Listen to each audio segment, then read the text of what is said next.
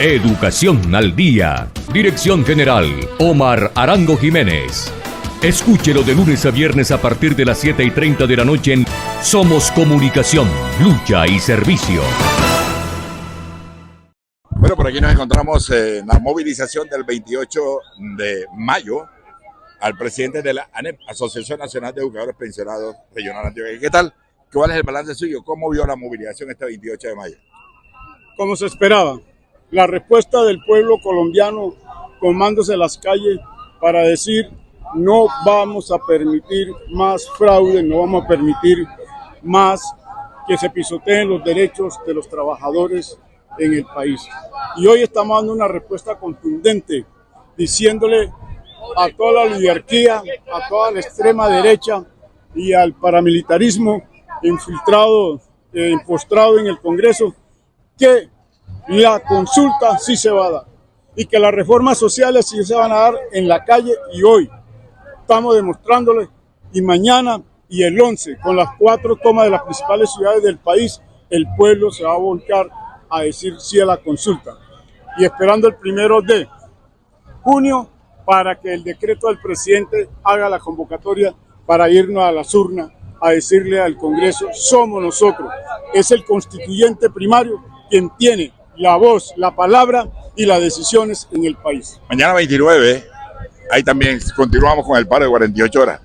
Correcto. ¿Qué se va a hacer en esa jornada? Hay actividades culturales en el Parque de las Luces. Nos vamos a concentrar para manifestar nuestras actividades culturales, artísticas, porque esto hay que ponerle alegría, hay que ponerle entusiasmo. La cultura es parte también de lo que tiene que decirle sí, aunque no por la reforma laboral, la de la salud y las reformas sociales, pero la cultura es una parte ancestral y es parte propia del ser humano. Solamente que hay algunos que tienen más cualidades que otros, pero esa es la manifestación que vamos a hacer mañana, la voz artística de protesta. Bueno, estamos convocando desde la Junta Directiva de la ANEP a los pensionados, activos y retirados que hagan música, que hagan arte. ¿Cuál es la convocatoria, presidente? Sí, se va a hacer una convocatoria para que los que tengamos las manifestaciones artísticas, culturales, poesías, deportivas, nos vayamos uniendo y preparándonos para una gran representación de Antioquia al Encuentro Nacional de Pensionados en el arte, en la cultura y en el deporte. Informaremos previamente, pero vamos alistándonos para que hagamos todo este proceso de integración también y en la manifestación de lo que en nuestra vida como activos del desarrollo cultural, de la implementación de la cultura y de la pedagogía, eso no se ha opacado tampoco, sino que la vamos a manifestar aunque estemos pensionados. Bueno, muchas gracias, presidente Gilberto Ospina Marroquín. Nos encontramos en La Voz del Pensionado, un programa de la Asociación Nacional de Educadores Pensionados, ANEP Regional Antioquia, que se emite todos los miércoles a las 7:30 de la noche por su emisora virtual educacionaldia.com.co. Pensionado activo o retirado, afíliate a la ANEP, Asociación Nacional de Educadores Pensionados. Hoy nos encontramos con unos invitados especiales para hablar de la coyuntura actual, de la situación que se presenta en el país en torno a la reforma laboral, la consulta popular. Uno es Camilo Ruiz. Camilo Ruiz es directivo de la Asociación Nacional de Educadores Pensionados Regional Antioquia. También estamos con el doctor Alejandro Quintero, él es médico y hace parte de la Asociación de Médicos del Departamento de Antioquia, ASMEDAS. De igual manera, nos encontramos con Eduardo Nieto López, es un analista político, es sociólogo, es abogado, ha sido asesor de la Escuela Nacional Sindical y hoy está con nosotros acá también en este set como invitado especial. Muy bien, doctor Eduardo Nieto López, ¿qué tal? ¿Cómo está usted? ¿Cómo ve la coyuntura actual? Esa puja que hay entre el Congreso de la República y el Gobierno Nacional en torno a la reforma laboral y la consulta popular. Bienvenido, Eduardo Nieto López. Gracias, Omar, por tu invitación. Un especial saludo para todos los pensionados de Colombia. Sobre tu pregunta, yo quiero decir lo siguiente. Lo primero que hay que entender es que el trasfondo de toda esta pelea es el viejo problema estructural que existe en Colombia sobre para dónde va el país.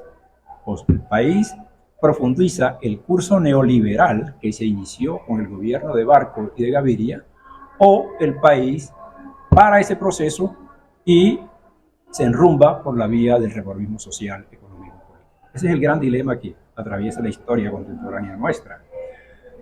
Y todo cuanto sucede hoy en Colombia, en el orden social, político, económico, cultural, etcétera, está enmarcado en ese dilema, ¿cierto? Ese es un dilema que sigue sin resolver. Después de los 40, 50 años de vigencia del neoliberalismo en Colombia, por fin llega un gobierno que se plantea el problema, ¿cierto? Petro llega a la presidencia de la República con el propósito de implementar un conjunto de reformas estructurales en todos los terrenos, buscando parar y reversar el curso neoliberal de la economía colombiana, que tiene a la economía, tiene a la sociedad, tiene a los trabajadores, a los asalariados, a las juventudes, vuelto nada, en la miseria, en la pobreza, sin derechos, etc. Y uno de los cometidos de Petro, dentro de ese planteamiento estratégico general, es hacer una reforma de fondo en materia de salud, hacer una reforma de fondo en materia laboral, hacer una reforma de fondo en materia agraria, hacer una reforma de fondo en materia educativa y otros de orden social y económico. Si no se tocan esos puntos y si no se tocan esas áreas de la vida colombiana, en el sentido de replantearlas y reversar todo cuanto ha estado vigente en los últimos 40 años, no podemos hablar de que el curso neoliberal en Colombia se haya parado o se haya reversado. De manera que a esta altura, el balance que uno puede hacer del gobierno de Petro es que el gobierno sigue en deuda. El gobierno sigue en deuda. Tiene propósitos muy encomiables, muy plausibles, pero no ha logrado el cometido central de parar la profundización del curso neoliberal de la economía y de la sociedad colombiana. Ese es el reto que tiene. De manera que entonces que lo que él se ha propuesto en materia de salud, en materia de educación, en materia laboral, hace parte de ese propósito de fondo y estratégico que él busca, parar el curso neoliberal de la economía. Pero ¿qué ha ocurrido? No ha podido avanzar mucho.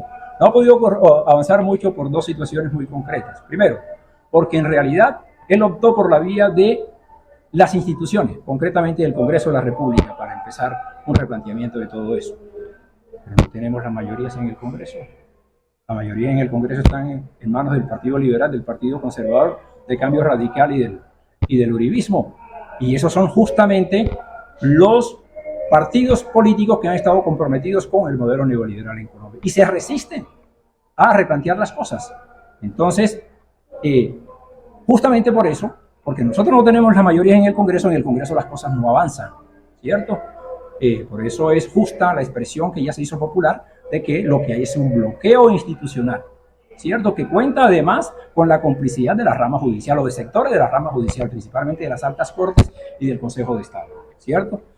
En la coyuntura actual tenemos ese problema de fondo, esa confrontación de fondo, ese conflicto de fondo histórico que se ha planteado en Colombia. En la coyuntura actual se expresa en la tentativa de Petro de un envión final para reformar el sistema de salud y un envión final para reformar el Código Sustantivo del Trabajo, principalmente buscando él que los trabajadores recuperen parte fundamental de lo que se perdió con la reforma de la Ley 50 de 1990 y después con la que hizo Álvaro Uribe en su gobierno. Entre otras cosas, hay que precisar una cosa: el único responsable de todas las pérdidas que han tenido los trabajadores en los últimos 40 o 50 años no es únicamente Álvaro Uribe. Álvaro Uribe trabajó ya teniendo de fondo la Ley 50 de 1990, ¿cierto? Que se adelantó durante el gobierno de César Gaviria. Virgilio Barco y César Gaviria son los iniciadores de toda esta contrarreforma que se ha hecho en Colombia, ¿cierto? Bien. Entonces, no se ha logrado ni en materia de salud ni en materia laboral. Entonces, cuando se expresa de hecho el bloqueo institucional en el Congreso de la República, ¿a qué acude Petro? Petro acude a la convocatoria de las masas en la calle. Y eso es lo que justamente hace que Petro sea un gobernante confiable para nosotros, ¿cierto? Porque Petro sabe que la maniobra institucional en el seno del Congreso de la República o las maniobras en la rama judicial no son suficientes conforme está planteada la pelea.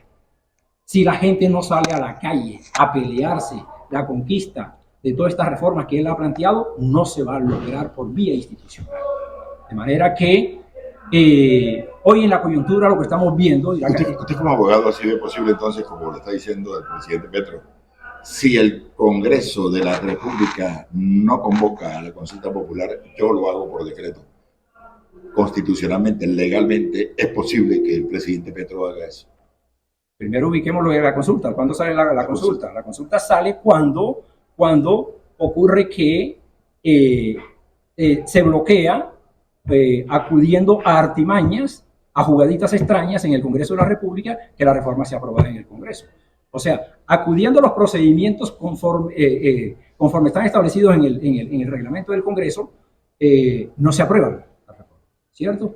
Los congresistas los congresistas de la derecha le hacen trampas al pueblo colombiano, ¿cierto? La tal jugadita del 14 de mayo es la trampa a la que están acostumbrados los congresistas del establecimiento en Colombia, ¿cierto? Eso fue evidente. Entonces, cuando Petro descubre que no solamente tienen una vocación antirreformista, sino que además cuando se ven perdidos utilizando las reglas de debate y de aprobación en el Congreso de la República, acuden a la trampa. Cuando Petro descubre eso, entonces Petro dice, es pendejada seguir insistiendo por la vía del Congreso de la República con estas reformas. Allí siempre perderemos y siempre nos harán trampa, ¿cierto? Es cuando él entonces dice, cambiemos de escenario, llevemos esta pelea al escenario de la consulta popular. Que sea el constituyente primario, que sea el ciudadano, que sea el soberano, el que decida si estas reformas van o no van, si se incorporan al ordenamiento jurídico político del país o no se incorporan.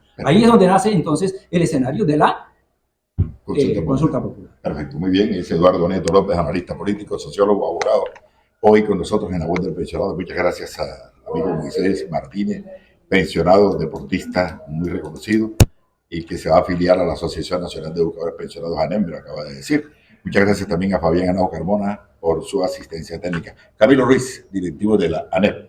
¿Cuál es su opinión? Bien, estamos ante una encrucijada del país que, si se quiere, después de la revolución en marcha de López Pumarejo, estamos ante una nueva situación social, política, económica del país. Saludo a los compañeros invitados, amigos, porque con ellos podemos compartir nuestras lecturas de esta coyuntura. Considero que lo que está hoy, a la fecha de hoy, en el Congreso, las posibilidades de avanzar en reformas prácticamente están cerradas. Lo ha dado ya pues votación en la Comisión Cuarta de la Cámara, y seguramente en el Senado no habrá posibilidades de avanzar en una apuesta de reforma. Es decir, si se quiere, mirando un poco en otras historias, reforma o revolución de Rosa Luxemburgo, hoy ni siquiera hablamos de avances en reformas, y por eso la consulta, digo que ya será por decreto, porque el concepto previo del Senado está prácticamente bloqueado, hundido. Es decir, allá hay mayorías contra las reformas, y por eso las posibilidades de avanzar por esa vía del Congreso, de la institucionalidad de este país, no va a dar mucho de avanzar. Entonces, por eso creo que ya prácticamente, y en lo que ha planteado en las últimas intervenciones el presidente, y ya en otros sectores sociales se ha planteado el avanzar, además de la consulta como tal, avanzar para una constituyente, es decir, un nuevo escenario fuera del Congreso que posibilite, así como se planteó cuando en el 91 pues surgió la nueva Constitución del 91 por vía constituyente. Creo que estamos ante esa apuesta democrática, radical, liberal. No estamos hablando de revolución socialista, porque las reformas avanzan lentamente, algunas. Por ejemplo, en el terreno de la reforma agraria en concreto, para ir muy lejos, de 1 millón que están planteadas posibilidades de hectáreas para una reforma agraria, apenas van en 500.000, digo. Y entonces creo que en lo que queda de este poco de gobierno, de este gobierno democrático, que le ha apostado, inclusive comprando tierras, comprándolas, ni siquiera por vía de expropiación, no, es por compra y algunas que se han cedido por parte de terratenientes. La reforma agraria no va a llegar al 1.000.000 de hectáreas, 1.000.000. Entonces creo que por esa vía entonces tenemos que avanzar en una apuesta de convocatoria de la constituyente, y en esto creo que ya hay autores muy importantes del terreno académico como el doctor Ricardo Sánchez, ya ha planteado esta alternativa y está retomando en la historia de este país que la constituyente ha sido la vía más democrática para avanzar en la reforma, y en ese sentido creo que estamos, y esperemos que la consulta sería, si es posible, ya ya prácticamente para octubre, si se logra decretar como tal. Claro que sí, ponemos en contexto, estamos refiriéndonos a la consulta popular, la posibilidad de la consulta popular, que contiene unos puntos que no están más allá del otro mundo, son algunas situaciones que teníamos, a las cuales teníamos derecho los trabajadores. Solamente estamos reclamando que se restituyan esos derechos que nos quitaron. El presidente Uribe volvió el día noche para no pagar los recargos que tiene que pagar, está negándole el pago que tienen que hacer por trabajos dominicales y festivos a los trabajadores. Eso es lo que estamos pidiendo, no más. Pero también se está pidiendo algo en materia de salud. ¿Qué opina usted, doctor Alejandro Quintero, médico, miembro de AMEDA, sobre el tema de las 4 preguntas de la salud que están en la consulta popular? Claro, ¿cómo están a todos? Saludos. Un placer estar pues acá en esta mesa con ustedes. Desde la salud tenemos una crisis que se viene desde la implementación del modelo neoliberal y que tiene múltiples vías, ¿cierto? Porque nosotros hemos sido las víctimas tanto de un modelo de salud que al privatizarse se introduce la figura de la intermediación y eso altera el acto médico y obviamente todo lo que ha pasado con la contención de costos al decretar por la ley 100 del 93 la salud como negocio, todo lo que ha pasado con los pacientes, con la negación de servicios, con la necesidad de hacer autorizaciones, que finalmente todo lleva a un retraso en la atención y a una acumulación de dinero que significa aumento de riquezas para unos grandes empresarios de las EPS, pero también significa muchas muertes para la población a la cual se le ha negado la atención. Entonces tenemos una afectación por esa vía del sistema de salud y tenemos una afectación también por la parte de las reformas laborales que estuvieron también inspiradas en los 90s, que ya hemos hablado algo acá, donde los contratos empiezan a ser contratos de tercerización, donde se pierden muchos derechos laborales, donde toca empezar a trabajar a través de cooperativas, sindicatos que no son sindicatos y orden de prestación de servicios en un proceso que es una pauperización laboral, una pérdida de los derechos laborales, y todo esto hace que el médico se vea afectado y tenga que estar trabajando largas jornadas, casi muchas veces incluso sin descanso, para poder lograr un salario que sea más o menos digno.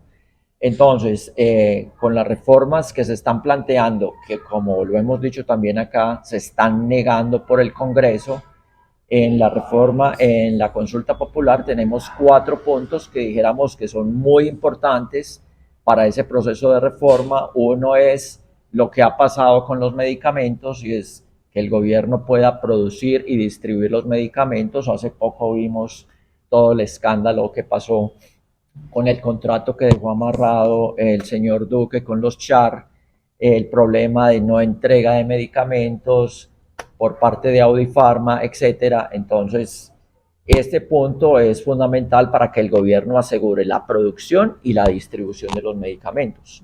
El segundo punto tiene que ver con la intermediación financiera de las EPS, que ese es el quid del asunto, porque obviamente cuando un gobierno está dando de 80 a 100 billones anuales a unas empresas y esas empresas después de recibir la plata no hacen ninguna retribución de información, de facturas, en qué se gastaron la plata, en qué no, pues se convierte en un negocio perfecto para esas empresas, ¿cierto?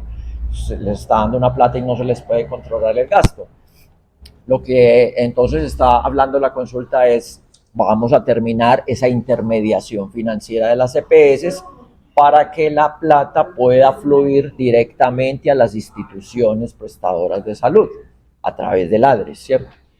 El otro punto tiene que ver con lo que se ha desintegrado y desestructurado el sistema de salud, sobre todo en lo que ha sido la red pública y los centros periféricos de atención, tanto en las ciudades como en los lugares dispersos, ¿cierto? Donde vemos que no hay centros de salud. Aproximadamente se dice que en 160 a 200 municipios del país no tienen centro de salud. Entonces, la cobertura, ¿cuál es la cobertura? ¿Por qué? Porque esa atención se ha concentrado en los lugares donde el flujo económico es mejor y ahí se ha concentrado la atención. Hemos entonces desprotegido una gran cantidad de población colombiana sin tener acceso a un acceso real, un derecho a la salud. Entonces, ese es otro punto que lleva a decir, no, vamos a recuperar un sistema donde sea atención primaria en salud, donde haya cobertura universal, donde no pase que haya municipios que no tengan centros de salud. Hay que ponerlos, hay que hacer los grupos que salgan a las comunidades, a la atención de salud y volver a hacer una red de Sistema Nacional de Salud que pueda responder a los diferentes problemas según la complejidad de las enfermedades. Y el último punto tiene que ver básicamente con nosotros y con un régimen o un estatuto del trabajador del personal de salud. Y es precisamente eso, que no haya tercerización, que no haya esos contratos basura, contratos a través de sindicatos falsos, contratos a través de orden de prestación de servicios, que lo que hacen es proletarizar el trabajo del médico y eso pues repercute en la calidad de atención de la población. Perfecto, muy bien, ahí está claro. Entonces son 4 puntos básicos en materia de salud que nos interesan a todos los colombianos, no solamente a los médicos, a los trabajadores de la salud. Estamos con Camilo Ruiz, el médico Alejandro Quintero, el doctor Eduardo Nieto López. Vamos al final de esta importante entrevista que no va a ser ni la primera ni la última. Vamos a seguir aquí contando con su colaboración, con sus aportes, sus iniciativas. Un saludo especial a todos los educadores pensionados afiliados a la ANEP, a todos los compañeros de junta directiva de ANEP, felicitarlos. Y el día 7 de junio hay que ir a Cisneros, vamos a un día de sol, ya están listos los cupos, pero vamos allá a pasar bien bueno. En la próxima esperamos que Moisés y todos los demás pensionados que no han llegado a la ANEP estén acá para que puedan disfrutar de sus beneficios. Y dentro de pocos días tendremos, amigo Camilo, la agrupación musical y artística de la ANEP, de los pensionados. ¿Cuál es esa propuesta? ¿Cuál es la propuesta que usted tiene? Bueno, no, es que nosotros no solamente somos, en el sentido estricto, trabajadores, sino también los talentos musicales, y desde la ANEP queremos conformar un grupo, por supuesto con los jubilados del magisterio, un grupo musical que nos dedicaremos, puede ser a la salsa, el son, el bolero, el cha-cha-cha, en fin, de pronto hasta otras fusiones. Bueno, y miramos las variedades. Porro también. Porrito, en fin, no, la idea de la cumbia. Es decir, ahí tenemos talento, estamos conformando y esperemos que para la próxima semana sea la primera reunión de esos posibles integrantes del grupo musical, que esperemos pronto estaremos saliendo al aire con un buen repertorio, con la variedad nuestra musical de géneros y ritmos musicales. Entonces, los que estén interesados se comunican con nosotros y El número de WhatsApp, sí. 300-656-8882. Camilo César Ruiz Alonso, director. Vamos al minuto de conclusiones. Yo creo que hemos hecho un buen análisis de la situación del programa. No hemos terminado porque falta mucho y sobre todo porque hoy es 28 de mayo. A esta hora están en el Congreso de la República debatiendo. Están llegando a las finales en la Comisión Cuarta. Esto pasará a plenaria del Senado. No creemos mucho que vayan a aprobar lo que va en reforma laboral si favorece a los trabajadores, antes por el contrario, lo que puedan quitar lo quitan.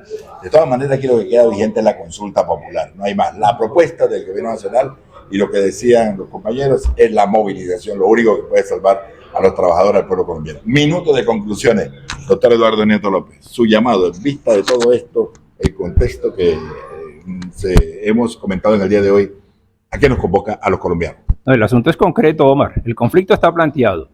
Si el Congreso de la República, en su misión de sabotear las reformas planteadas por el presidente Petro, se mantiene en su posición, no queda otra alternativa sino el escenario de la consulta popular.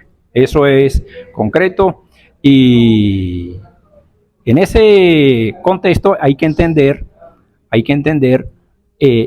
cómo hoy hay una especie de forcejeo, si la cosa se sale por la vía del Congreso de la República o definitivamente por la vía de la consulta popular. Y este punto es bueno que se discuta a fondo, porque aquí se gana o se pierde. Se gana o se pierde, ¿no es cierto?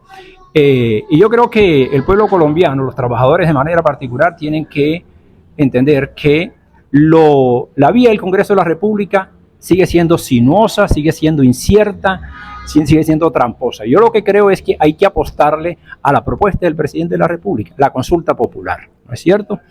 El planteamiento del presidente Petro de poder expedir un decreto convocando la consulta popular es viable. La ley, eso tiene fuerza normativa, de manera que los ataques que ha empezado a recibir de que está actuando por fuera del orden jurídico legal colombiano es carreta. Es decir, eso busca es intimidar y despopularizar la propuesta de la consulta popular. Eso tiene estricto fundamento jurídico que el presidente pueda hacer uso y convocar por decreto la consulta popular.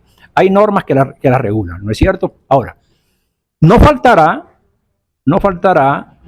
que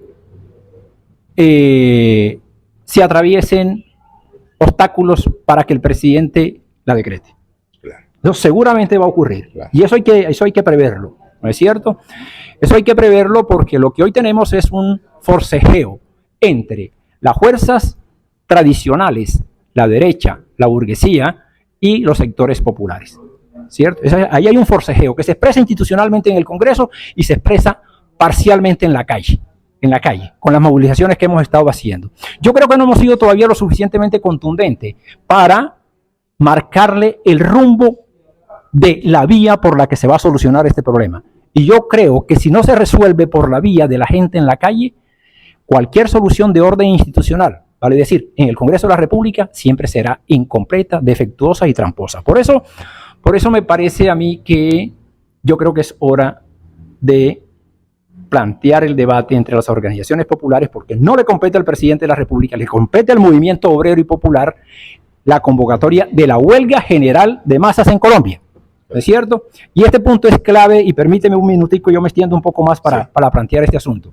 Porque lo que hasta el momento hemos tenido son movilizaciones en la calle, movilizaciones, toma de plazas, etcétera. Pero no hemos tocado el punto en donde hay que tocar. Estamos acostumbrados aquí a hacer paros generales, paros cívicos nacionales, paros generales en los contextos de unos gobiernos burgueses, ¿no es cierto? Y uno ataca en el paro y en la jornada nacional ataca al gobierno burgués. Tenemos un gobierno amigo. Luego el adversario en la convocatoria de estas manifestaciones no es el gobierno, ¿no es cierto? Entonces, ¿dónde está? ¿Dónde está el adversario? ¿Dónde está el adversario?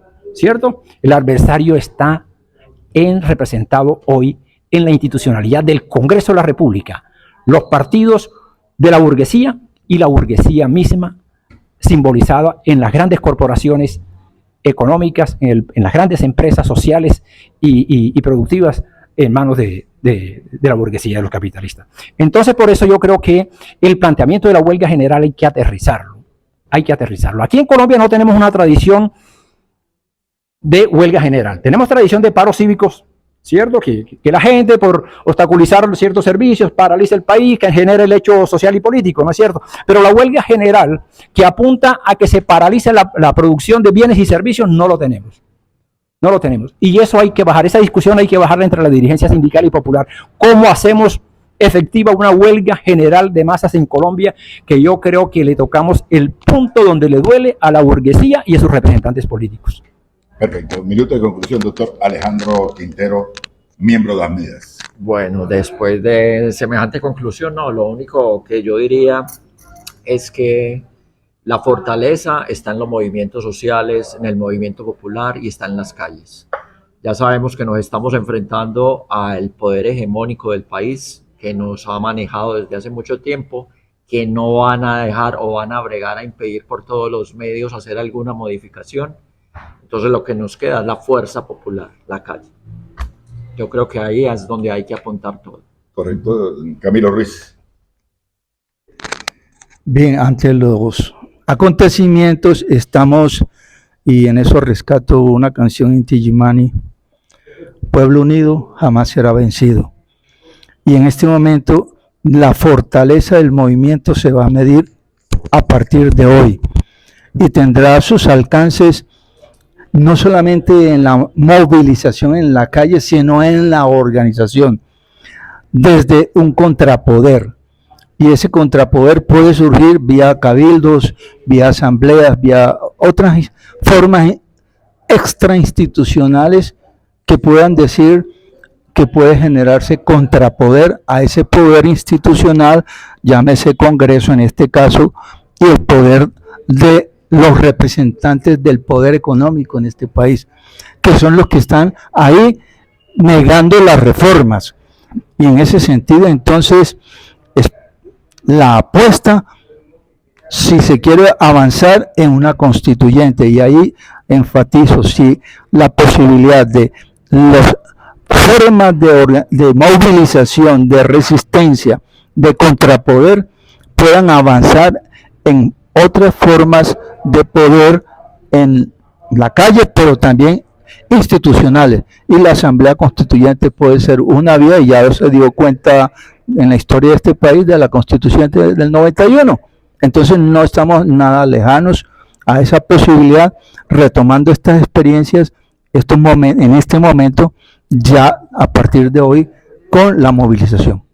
Recordamos que estamos en el marco de un paro nacional convocado por las centrales obreras, 28 y 29 de mayo. Mañana 29 de mayo, hoy hubo una excelente movilización, lleno total en todas las calles de las principales ciudades, en Bogotá un lleno total, en Medellín particularmente también, todas las organizaciones sindicales y populares, los estudiantes, padres de familia, educadores, trabajadores, todos, incluyendo los desempleados que creen en esta propuesta del gobierno nacional. Mañana 29 se estará realizando en la ciudad de Medellín un gran cabildo abierto en el Parque de las Luces, hay que estar allí. Y en las principales capitales del país va a suceder lo mismo, encuentros culturales, actos culturales, motivando la consulta popular. Acá en los municipios del departamento de Antioquia estamos llamando a las subdirectivas magisteriales, a las organizaciones sindicales de médicos, de educadores, de trabajadores que existen en los municipios para que se encuentren en los parques y hagamos cabildo abierto también. Queremos agradecer la presencia en la voz del pensionado a Camilo Ruiz, directivo de la Asociación Nacional de Educadores Pensionados Regional Antioquia, ANEP, del doctor Alejandro Quintero, él es médico, miembro de ASMEDAS, del doctor Eduardo Nieto López, abogado, sociólogo, analista político y amigo mío, que es lo más importante. Y también queremos agradecer la asistencia técnica de Fabián Henao Carmona y las cámaras profesionales del gran atleta del magisterio. Tiene 80 años y todavía corre. ¿Qué va? 83 años y todavía corre más que un pelado. Sí. Moisés Martínez. Muchas gracias a todos ustedes. Sigamos con mensajes en La Voz del Pensionado y ya volvemos. Sobre la reforma laboral y vamos a demostrar con pedagogía para todos, para que todos pongamos los argumentos, los extendamos en nuestras comunidades, porque esta reforma es una reforma que le conviene a la economía colombiana, le conviene a los trabajadores de Colombia, le conviene a la economía popular, y es una reforma que es lo mejor para el país. Es un espacio de pedagogía que los queremos invitar a todos y todas que nos acompañen, que se junten con los compañeros del Poli. Manuel Ignacio Vaca, presidente de la CUT de Antioquia, ¿cómo vio usted esta movilización del 28 de mayo? A ver, Omar, la verdad que hoy 28 satisfecho, contento porque la gente respondió al llamado y efectivamente estamos demostrando que aquí en Antioquia, por encima del gobernador y el alcalde, ante las amenazas con sus trabajadores y con la comunidad, nosotros le estamos demostrando que somos más y por eso estamos en la calle. Y vamos por la consulta popular apoyando al presidente. Totalmente que vamos por la consulta, como lo expresaba nuestro exministro Benedetti. Estamos esperando que el Senado se pronuncie y si no dan algún pronunciamiento antes del 1 de junio, vamos con la consulta por decreto. Directivo de Adidas, Harold, ¿qué tal? ¿Qué hacer en el 2026 cuando vengan esos congresistas que están uniendo la reforma laboral, la reforma de la salud, cuando vengan a pedir los votos? En 2026 la clase popular, el pueblo, tiene un reto importante y es negarle a esos que hoy les niegan el derecho, negarles el derecho a representarlos. Y vamos con toda para hacer mayoría en el Senado, pero también a ganar presidencia. ¿Qué tal la participación del magisterio en estas movilizaciones? El magisterio siempre comprometido con el cambio, siempre comprometido con el pueblo, siempre comprometido con la democracia. Muchas gracias, Harold Ibargüen. Muchas gracias, José Ignacio Vázquez. Educación al día. Dirección General, Omar Arango Jiménez.